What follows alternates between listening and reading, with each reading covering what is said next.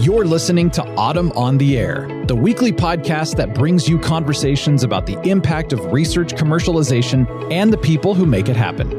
Join us for interviews with patent and licensing professionals, innovators, entrepreneurs, and tech transfer leaders on the issues and trends that matter most. Keep listening for an inside track on the people, IP policies, and politics changing our world. Welcome to Autumn on the Air. I'm your host, Lisa Mueller. I'm so excited for today's episode, but first I'd like to thank this week's sponsor, Wellspring. Wellspring is a leading provider of innovation ops software for research institutions and corporate clients worldwide.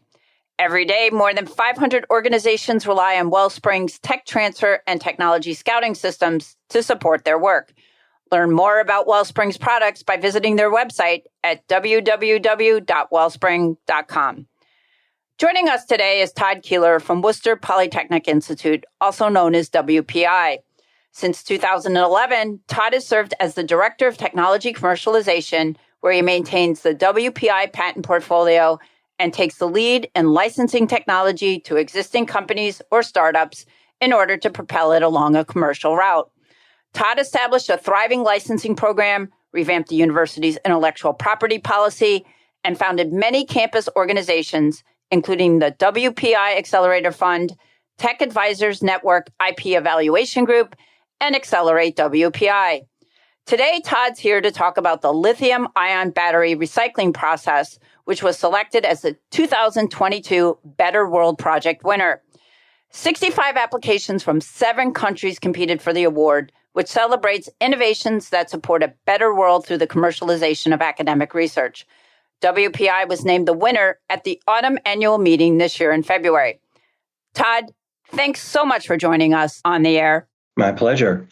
Well, it's great to have you back. We last talked in November 2021, and a lot has happened since then, I would say, wouldn't you? Oh, it's been a whirlwind. Completely. So one of the first things I wanted to start off by asking you about is your award-winning innovation that was commercialized through your office. Can you tell me about this process that was developed at WPI? Sure. It's an amazing journey. Yan Wang is one of our junior professors. He was recruited from MIT and was working in what we call our metal processing institute. And he invited me to his lab and he showed me this little grinding machine and a chemical process on his bench that he said he's going to recycle lithium-ion batteries and recover all the materials. And he filed his first patent with me in 2012, showing that it takes a long time from start to finish. Absolutely.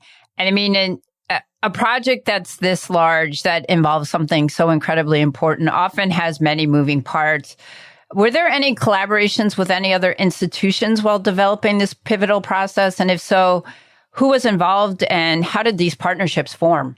Actually, there weren't any other formal, there's no joint inventions with any other institutions. It's a sole WPI one, but he had a phenomenal mentor, the head of the Metal Processing Institute, Duran Apelian, former provost of WPI, who recruited Yan, really guided him through this process, which was a critical factor to success. Yeah, and as a director of technology commercialization there at WPI, you see a lot of different inventions and ideas. Now, when you first went into the lab and saw this, what were your first thoughts when this innovation crossed your desk at the tech transfer office? Boy, this looks dangerous. And that will it be able to be scaled? And Yan was a very prolific inventor. He came to my office very quickly with 3 other ideas, all of which failed, but he kept going. And this one, we just had faith that he had such motivation to move this forward, and he was willing to be coached. We just started a program called the Tech Advisor Network, which was inviting a group of alumni to look at technologies, potential startups, and coach him. So he got into that program. And then he asked me to be his mentor in the National Science Foundation I-Corps program, the national program. So he and his postdoc and I flew out to University of Southern California to basically get beat up on our idea by the faculty of this program. And Eric Gratz, his postdoc, in 8-week period had to do over 100 customer interviews, which was another critical factor. Because at the end of that program, you had to say go or no go to your business. And he said no go, because those 100 customer interviews showed us we really didn't know whether we had a business or not. And this was back in 2014. And one of the critical factors was, will we have enough batteries to even recycle? Because the electric vehicle market was just beginning to grow. Yeah, that's amazing. So, Todd, with this innovation not being a singular product, but a way to recycle batteries, what was the process like to commercialize this, and how did it differ from your usual approach? Well, thanks to the I-Corps program, we actually filed additional intellectual property based on the customer input. We found that certain batteries needed different chemistries, and so we filed several patents around this as it moved along. We decided to eventually form a company, and we licensed the intellectual property in. We let the scientists pick the name. It was a horrible name, Battery Resourcers, which nobody could understand, which we've since changed. But in 2015, we founded Battery Resourcers, and Eric Gratz entered Mass Challenge, which is like a worldwide mentoring, coaching, again, getting that input. And he made it to the final group and presented in front of a massive audience in Boston. And if you knew Eric at the beginning, he's the typical engineer looking at his shoes while he's talking to you. And he transformed into this rock star in front of the governor and everybody else in Massachusetts. And they persisted. They found a small incubator space in the Worcester area, raised some money. There's a whole battery consortium looking to solve this problem. So they got some pretty good non-dilutive funding into the business. A critical factor also was they had some advisors, not board members, but advisors with technical expertise in the area at early stage. And they gave them a little bit of stock, but they really wanted to help them move along and help them navigate through the startup landmines that they can go through. And that allowed them to close $1.5 million round in 2017. And we have a little commercialization fund, and WPI invested $25,000, which is now worth many millions of dollars. Yeah, that's very exciting for WPI. So, Todd, I wanted to ask, did your office face any challenges as you navigated the process to bring this innovation to market? And how did your experience help you work through these challenges? Well, yeah, there's many challenges as it started growing, and a lot of investors were saying, come back when you can do so many tons per day of recycling. And the challenge of constantly raising money. And they had a very good board. And because they went through this tech advisor network that I mentioned at the very beginning, a lot of these alumni were tracking this company. So they fell into a bit of a valley of death right when COVID was starting, where they were moving along. They had a pilot plant going, ramping up their proof of concept, and they knew they were going to have about a 6-month funding problem. And thanks to these alumni, they passed the hat. They were looking for $500,000, and they closed the round at $900,000. And this was the passionate alumni that really believed in this team. And at the same time, in 2020, it really grew beyond Eric, who was the postdoc. He was running the company. It grew beyond his skill set. So the challenge was delicately moving him to the chief technology officer. And we brought in actually a board member, became the president with extensive battery and fundraising experience. And that made an inflection point in the company. And how did your office handle all this going on at the time? Because I remember when we talked in November 2021, your office is fairly small, and it sounds like there was a lot of work involved in getting this commercialized. And you obviously have other technologies and other research and other disclosures coming in. We like to say we're good at prioritization and not getting stuck with the small stuff. So I'm a board observer. I don't have any fiduciary responsibility, but I was called upon to help. I attend every board meeting, and it's getting time where they don't need me at all anymore, and move on. But it is a juggling act in every tech transfer office. There's only 3 of us total.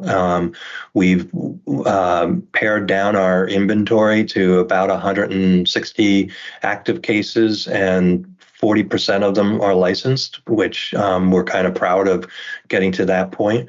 But we do focus on, like, it's now called Ascend Elements, which won the award. We do focus to make sure those are getting the attention they need. Now, Todd, I think one of the things that's really exciting about this innovation is that it reduces e-waste. What is the large-scale impact of this recycling process, and how do you think it could change the world as a whole? I think it's changing the world. They've raised $300 million now. They have 130 employees. Their headquarters is still close to WPI. It's in Southborough, Massachusetts. That's where the executives are, and they have a large-scale pilot plant there. But outside of Atlanta, they've opened up their first full-scale production facility. It's up and running. It's the largest lithium-ion battery recycling operation in North America, and they're breaking ground in Kentucky for their second plant, and the third plant will be in Europe. And so what they're doing is it's closed loop. It's not just shredding up lithium-ion batteries, but they recover all the rare earths, all the materials, and sell them back to battery companies to put into new batteries. And a shocking surprise is that the power of the recovered material and the amount of times you can cycle it is stronger than what comes out of the ground, which was like a shocking, and that's been validated by outside scientists. So companies are lining up. I mean, their plant in Georgia wasn't even completed yet, and batteries were piling up outside the plant. And that's how much of a demand there is to do this. So with lithium and other rare earths in hard to find places or difficult environmentally to extract and so forth, this long term is going to be able to reduce dramatically the amount that you need to mine from the earth. Yeah, it's making an incredible impact. And I'm curious to know, what did it mean to WPI to be selected as the winner of the Better World Project this year? Well, considering how many people applied, and then it got down to 2 other pretty big name institutions, and to have WPI be chosen is one of the proudest moments of my career in tech transfer, to stand up and wave to the group in New Orleans. Yeah, congratulations. It really was incredible. And like you said, there were 65 applications. It was a pretty intense field. And so since you were selected as the winner, how has this innovation continued to expand, and what's your hopes for the future of this project? Well, a good and bad outcome is people are paying attention now. How do we do more commercialization? We have a new CFO, and he has seen the royalty forecast of Ascend Elements, and it's eye-popping, starting actually next year and ramping up 2026. The numbers are incredible. And now in WPI's strategic plan, for the first time, there is, how do we support and develop commercialization? So, well, that's the good news. The bad news, everybody wants their fingers in the pie, and how do we change this and say, don't muck up what's working really well? That is the question, though, exactly, as it continues to grow. Yeah, our IP policy gives 5% of what comes in goes to our department, and I never thought that would amount to anything, but we will be cost neutral in a couple of years to the institution, the royalty stream from that. And there's multiple other companies in the pipeline that we're very excited about that could add on to this royalty stream. Well, that's fantastic. And thank you so much again, Todd, for joining us today. This was an extremely well-deserved honor for the researchers, the institution, and your office, and I'm excited to see the impact of this project. Thank you for having me. If your institution has an innovation that is making the world a better place, be sure to submit your story by October 29th. You could be the next Better World Project winner. That's it for today's episode. Thanks again to this week's sponsor, Wellspring. Catch you next time on the air. I'm your host, Lisa Mueller, signing off. Thanks for listening to Autumn on the Air with Lisa Mueller. Get social with us and share your thoughts. You can tweet us at AUTM or visit us online at AUTM.net. We'll be back next week on the air. Be sure to join us.